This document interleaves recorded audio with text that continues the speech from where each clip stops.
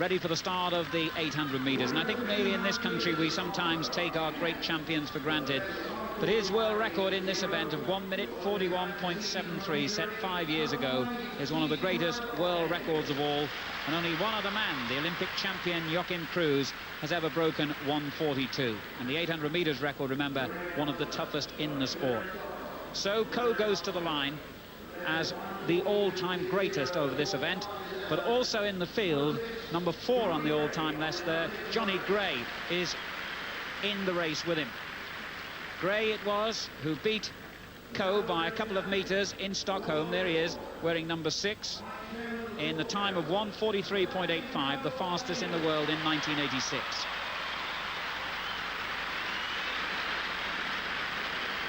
Ten men altogether in the race. Niang of Senegal, Mayer of Switzerland, Mack of the United States, Morel, Great Britain, Crabb, who had a fine victory over 1,500 meters in Oslo last week, Johnny Gray and Seb Coe, the two main contenders. Redwine of the United States, second to Gray in this year's United States Championships. The Frenchman Philippe Collard and Jack Armour of the United States. Seb Coe yet to win a major 800 meters title. He's tried and failed in Olympic Games and European Championships, if you can call silver medals failure. And of course he does. And that's why he's so desperately keen to succeed in the Commonwealth Games and European Championships this year. He's been preparing for those two big events for 18 months. And that's why, in his meticulous build-up, he didn't want to meet Steve Cram in this race tonight. Seb Coe and his father and coach Peter have got their plans just right, they feel, for him to at last lift the gold over this two-lap event in a major championship.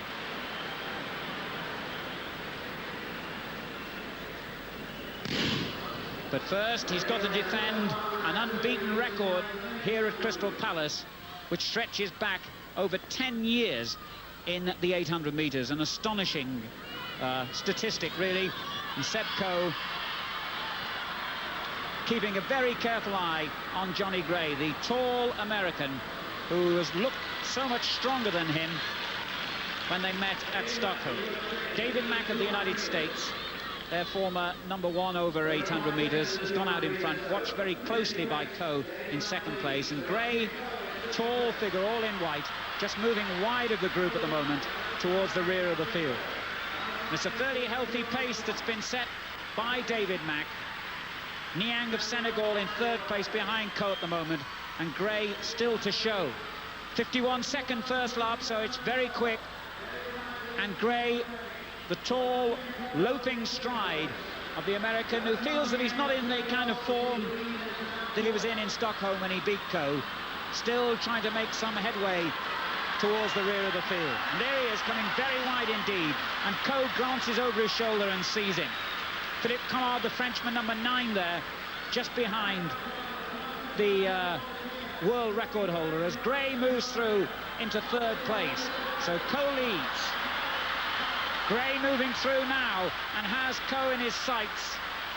David Mack of the United States has been overtaken, and Coe, with that almost wild-eyed look, has the finish in sight. And this time he's put the same amount of track between him and Gray that Gray had between him and Coe in Stockholm. 1:44.11, a terrific time. Seb Coe's best of the year, not quite as good as Johnny Gray's. And for the second successive year, Coe wins the Peugeot Talbot title. Steve Ovett. I think it was a fairly comprehensive victory for that there by Seb. Johnny Gray, it struck me as being a bit indifferent about the whole race. He didn't really follow any pace. He didn't really sort of seem to be bothered about Seb. You can't give a man of the calibre of Sebastian Coe 10 yards coming off the final bend. It's impossible to catch up, and I think that's what he did.